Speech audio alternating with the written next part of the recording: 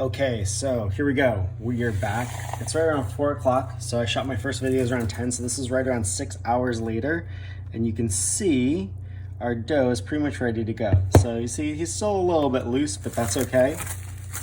It's just about doubled in size. So here's pretty much what we're gonna do to finish this guy off. So this is what we would call the bulk ferment stage, where the dough is gaining strength and it's also developing gluten and flavor.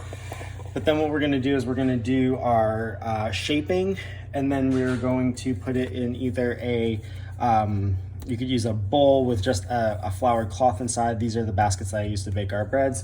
Or if you want, you can even do it in a loaf pan. Really, really simple. But what I'm gonna do is show you a super, super simple shape so that you can pretty much make either one of these loaves. There's way more complex ways of doing it, but this is a great way to get started. So the first thing you're gonna do is you are going to lightly flour your countertop. So I know I said before, hesitate to add more flour. You really don't want to incorporate too much flour into this, but what you do want to do is at this stage, you do want to add a little bit of flour. So let's turn him out. So it still seems pretty wet, believe it or not, that's okay. So get whatever's left in the bowl, just scoop it out. You can use your fingers, totally fine. But at this point, you should see a lot of nice aeration inside. So we flour the one side, so we want to have one wet side and one floured side.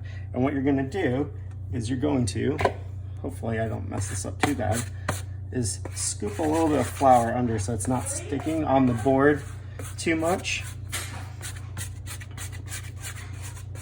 Like that. And then what you're going to do is you're going to give this a stretch, just fold it up almost like a letter. Give this a stretch and then fold it over almost like a letter.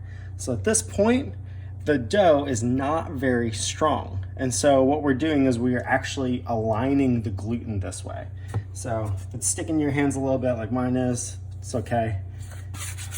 So right now, the whole thing is pretty dry on the bottom, wet at the top. You're gonna make sure that's not sticking. Make sure you get your flour under there nice. All right, see how we're nice and long like this?